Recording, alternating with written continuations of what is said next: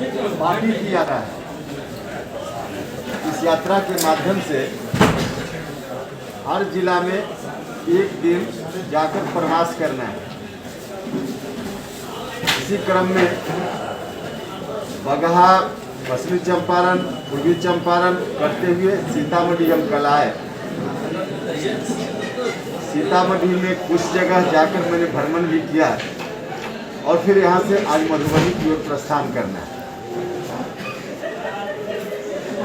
इस कार्यक्रम के माध्यम से, क्योंकि एक लंबा अंतराल हो गया था पार्टी के साथियों से मुलाकात या आम जनता से मुलाकात में, कोरोना के कारण साल भर से आना जाना सब बंद हो गया। लॉकडाउन, जब न भी लॉकडाउन हो तब भी कोरोना के प्रोटोकॉल को ध्यान में रखते हुए सभा नहीं कर सकते हैं, कोई रैली नहीं कर सकते हैं। पहले सभा रैलियों के माध्यम से कभी पटना में, कभी जिला हेडक्वार्टर में साथियों से मुलाकात हो जाते थे, लेकिन अभी के समय में यह सब बंद है। इसलिए पार्टी ने कार्यक्रम बनाया कि अब पार्टी के साथियों को, नेताओं को एक जगह बड़ी सभा में नहीं बुला सकते हैं, तो क्यों नहीं उनके पास ही जाकर मुलाकात कर लें। और इसी क्रम में हम आए हैं। अभी जो तात्कालिक समस्या जिससे स्टेट जूझ रहा है, पूरी दुनिया जूझ रही है एक तरह से, कोरोना का संकट।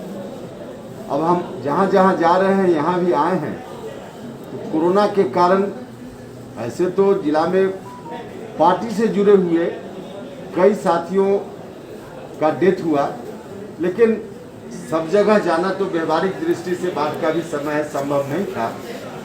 बिहार में बाकी जगह भी सब जगह जाना तो संभव नहीं है, लेकिन कुछ जगह जो कोरोना से डेथ हुआ है उनके परिवार से जाकर के मिलना, यहाँ भी हम गए हैं। कोरोना को रोकने के लिए वैक्सीनेशन का जो काम चल रहा है उसको और प्रमोट करना, तो वैक्सीन सेंटर पर भी जाकर देखना कि कैसे क्या चल रहा है। इस तरह से कई जगह, कई पॉइंट पर यहाँ भी गए हैं। देश में दूसरी जगह की सरकार का ध्यान जब नहीं था, तब हमारे माननीय मुख्यमंत्री नीतीश कुमार जी का ध्यान आया कि कोरोना से जिस परिवार में कोई व्यक्ति चला जाता है, उस परिवार के ऊपर जो संकट तत्काल आता है उसको एड्रेस करने के लिए सरकार की ओर से कुछ न कुछ राहत का काम किया जाना चाहिए। और उसी क्रम में मुख्यमंत्री जी ने निर्णय लिया कि जहां भी कोरोना से डेथ हुआ है उनको 4 लाख रुपया मुआवजा के तौर पे सरकार की ओर से दिया जाएगा। और यह जो सरकार का निर्णय है, लोगों में काफ़ी प्रशंसा का विषय है। जहां जहां हम गए, कोरोना के संकट के चलते लोग जरूर आहत थे, दुखी थे, शोक में थे, लेकिन सरकार की ओर से, मुख्यमंत्री जी की ओर से सब जगह मुख्यमंत्री जी का नाम लोग ले रहे थे कि चलिए मुख्यमंत्री जी ने कुछ तो राहत देने का प्रावधान किया और उसके अनुकूल। और कहीं कहीं जहाँ जहाँ कई जगह तो ऐसी भी घटना हुई जिसमें माता पिता दोनों खो चुके बच्चे, तो उसके लिए और भी पढ़ाई लिखाई परिवार के लिए कुछ अलग से राशि, तो इसमें काफ़ी लोगों के अंदर खुशी है सरकार के इस निर्णय से। और भी जहाँ जहाँ हम लोग जा रहे हैं वहाँ की जो समस्या देख रहे हैं, हमारे मुख्यमंत्री जी के प्रति काफ़ी लोगों में आकर्षण है, प्रशंसा लोग करते हैं। एक विशेष काम अभी माननीय मुख्यमंत्री जी की पहल पर सरकार ने किया, खासकर किसानों के लिए, जो गन्ना उत्पादक किसान हैं। चीनी मिल बिहार में कई जगह चल रही थी, बंद है। चीनी मिल मालिकों की विशेष परेशानी थी, जो सही परेशानी थी, सिर्फ चीनी उत्पादन से लाभ उनको नहीं हो पाता था। इथेनॉल उत्पादन के लिए वर्षों से मांग चल रही थी कि इसकी स्वीकृति, इसकी मंजूरी दी जाए। मुख्यमंत्री जी की विशेष पहल से सरकार ने लिया निर्णय कि अब इथेनॉल का उत्पादन चीनी मिल में हो सकता है। इस निर्णय का आगे आने वाले दिनों में बहुत ही लाभ मिलेगा चीनी मिल चलाने वालों को, और जब चीनी मिल चलाने वालों को लाभ मिलेगा तो उस इलाके में जो किसान भाई हैं, गन्ना का उत्पादन करते हैं, उनको भी लाभ मिलेगा। एक यह निर्णय इथेनॉल उत्पादन की मंजूरी का निर्णय बिहार के विकास में मील का पत्थर साबित होगा आगे आने वाले दिनों में। खास करके उन इलाकों में जहां इथेनॉल उत्पादन में गन्ना हो या दूसरा और भी कई चीज़ से इथेनॉल का उत्पादन होता है, उन इलाकों में किसानों के विकास के लिए विशेष रूप से इसी तरह के उद्योग की जरूरत बिहार में है, जहां किसानों के द्वारा जिन चीज़ों का उत्पादन होता है उसकी खपत हो, किसानों को उन चीज़ों को बेचने में परेशानी न हो, और जो लोग वहाँ कुछ न कुछ यूनिट बैठाएंगे उसमें जो नौजवान लोग हैं उनको रोजगार भी मिलेगा। तो नौजवानों को रोजगार मिले इसके लिए भी, किसानों के घर खुशहाली आए इसके लिए भी बहुत बड़ा निर्णय सरकार ने, मुख्यमंत्री जी ने किया है। तो इन तमाम कार्यों की प्रशंसा सब जगह काफ़ी है।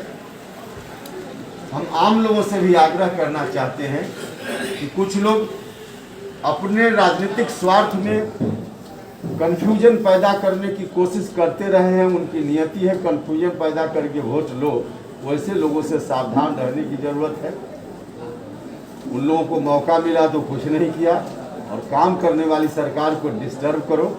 हालांकि उनके डिस्टर्ब करने से कोई फर्क नहीं पड़ने वाला है, जितना डिस्टर्ब करना चाहेंगे उतना खुद ही लोग डिस्टर्ब होते जाएंगे। तो लेकिन वैसे लोगों से हम लोग सावधान रहें। समाज के सभी वर्ग को जोड़कर ले चलने का काम नीतीश कुमार जी के नेतृत्व में ही संभव है, और यह काम हो रहा है। तो सभी लोगों से आग्रह है कि सब लोग जिस तरह से अभी प्रशंसा की नज़र से देख रहे हैं आगे भी इसको बनाए रखें। अब आपका कोई सवाल हो तो। सीतामढ़ी में लगातार लॉरेंस मगर के नाम पर प्रशासन की मनमानी का आरोप लगाया है। एक सेकंड, रीगा मिल से संबंधित भी अभी कुछ लोग मिले थे। रीगा मिल हाँ बिल्कुल, भविष्य में चले रीगा मिल, इसके लिए हम बात करेंगे। और निश्चित रूप से हमने जो कहा इथेनॉल का उत्पादन एक यूनिट वहाँ शुरू भी हुई है, और आगे रीगा मिल बंद न हो इसके लिए मुख्यमंत्री जी से या संबंधित विभाग से हम जरूर बात करेंगे। हाँ बोलिए। सीतामढ़ी के सोनवर्षा थाना अंतर्गत एक मामला है, यह सुनने को मिला है कि वहाँ एक चैनल के पत्रकार पिछले 3 महीना पूर्व हुए मर्डर केस में एएसपी पुत्री के साथ अनुसंधान करने के लिए वहाँ गए हुए थे, जिस दौरान कवरेज करने के दौरान पत्रकार के साथ मारपीट भी की गई है और उनको अरेस्ट किया गया है, और कल से ही अभी तक उनको नहीं छोड़ा गया है। तो अभी तक एसपी और आईजी को भी इसका सूचना दिया गया है और कोई कार्रवाई नहीं हुई। इसमें कुछ करना चाहिए सर। इस पर्टिकुलर घटना की जानकारी आप दे रहे हैं, अब यहाँ से उठने के बाद हम देखेंगे कि क्या है, क्योंकि पहले मुझको नहीं जानकारी। उसमें मामला यह है कि आरोप लग रहा है पीड़ित परिवार के द्वारा और स्थानीय लोगों के द्वारा कि सीतामढ़ी पुलिस 10 लाख रुपए लेकर के मर्डर, जो भी हम देखेंगे, हम जब तक देखेंगे नहीं तब तक हम पूरी जानकारी लेंगे उस घटना के बारे में, और जो भी उचित कार्रवाई हो सकती है, न्यायपूर्ण कार्रवाई के लिए हम प्रशासन से बात करेंगे। क्या बिहार सरकार पत्रकारों की सुरक्षा के लिए कोई कानून का प्रावधान कर सकता है क्या? अरे उसके लिए तो हमेशा बात होते रहती है, लेकिन पर्टिकुलर अभी की जो घटना बता रहे हैं इसके बारे में यहाँ से आप लोगों से अलग होने के बाद हम पूरी जानकारी लेंगे और फिर स्थानीय प्रशासन के लोगों से नियमानुकूल न्यायपूर्ण कार्रवाई के लिए बात करेंगे। देखिए, पंचायत चुनाव जीतने के लिए आपकी रणनीति क्या होगी सर? पंचायत चुनाव जीतने के लिए जी आने वाले जो पंचायत चुनाव में पार्टी नहीं लड़ रही है, चुनाव पंचायत चुनाव में पार्टी नहीं लड़ रही है, पार्टी की रणनीति उसमें क्या, कोई पॉलिटिकल पार्टी नहीं चुनाव लड़ रही। नहीं, हम लोग सुने थे कि नहीं कोई पॉलिटिकल सरकार का निर्णय नहीं। सर हमारी एक बात सुनिए, किसी भी शहर के विकास के लिए नदी की बहुत ज़रूरत है। सीतामढ़ी के नदी में लखनदेई नदी है, जिसको उगाही के लेकर कितने डीएम यहाँ चले गए, लेकिन उगाही नहीं, मुख्यमंत्री भी उद्घाटन किए, तो क्या कहना चाहेंगे उसको उगाही को लेकर? देखिए, हमारी सरकार ने, मुख्यमंत्री ने स्वयं ध्यान दिया, उसमें उस प्रोसेस से पहले भी आपको जानकारी होगी, लेकिन अभी कहाँ कठिनाई है, क्यों नहीं हो रहा है, हम इसको देखेंगे। 6 साल से बैठा हुआ है, उसको पैसा 100 करोड़ रुपये से ऊपर भी आया, लेकिन कुछ समस्या तो रहती है नीचे, जहाँ अब जमीन का अधिग्रहण करना है तो लोकल परेशानी होती है, और उस परेशानी के लिए हर बार सरकार प्रशासन डंडा चलाकर सब चीज़ का निष्पादन नहीं कर सकती है, मुनासिब भी नहीं होगा। लोगों को भी कोऑपरेट करना चाहिए। इसके चलते जमीन के अधिग्रहण का थोड़ा इशू है, उसको रिजॉल्व किया जाएगा, और उस रिजॉल्व उसको करने में आप लोगों की भी भूमिका है, स्थानीय लोगों की भी भूमिका है। सब लोग पॉजिटिव रुख करें तो तो समस्या का निदान हो जाए। बहुत समय हो गया सर, बिहार में शैक्षणिक व्यवस्था पर सर आपका क्या कहना है? क्योंकि अब जब सरकार में थे तो आपने व्यवस्था में सुधार के लिए आंदोलन भी किया था, तो अभी क्या स्थिति है इस पर सर आपकी क्या? अभी तो अब हम और अच्छी स्थिति में हैं। इस समय तो हम डिमांड करते थे, सड़क पर आंदोलन करते थे, अब तो सरकार में हम भी हैं, तो अब तो हमारे लिए और आसान है कि अच्छी से अच्छी और अभी जितना है उससे और बेहतर व्यवस्था हो। उसके लिए सरकार से हमने बात की है, अभी माननीय शिक्षा मंत्री जी से भी आगे भी बात करेंगे और यकीन रखिए कि आगे आने वाले दिन में और बेहतर होगा।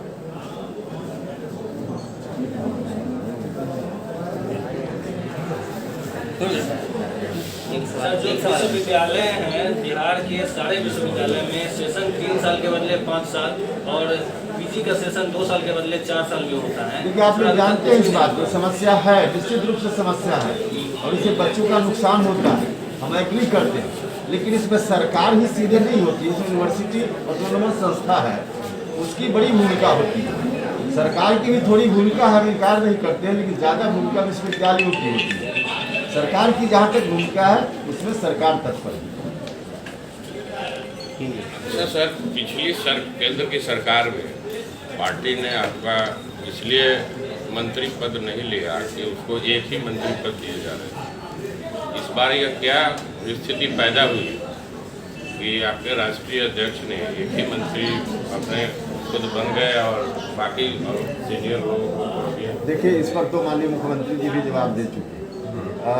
पहले की स्थिति जो भी रही हो उस वक्त जिसकी आप चर्चा कर रहे हैं, लेकिन इस वक्त पार्टी के राष्ट्रीय अध्यक्ष श्री RCP सिंह जी को अथॉराइज किया गया कि आप निर्णय लीजिए। जब उनको अधिकृत किया गया, निर्णय उनको लेना था, उन्होंने निर्णय लिया और उस निर्णय के अनुकूल मंत्रिपरिषद में जो होना था हो गया।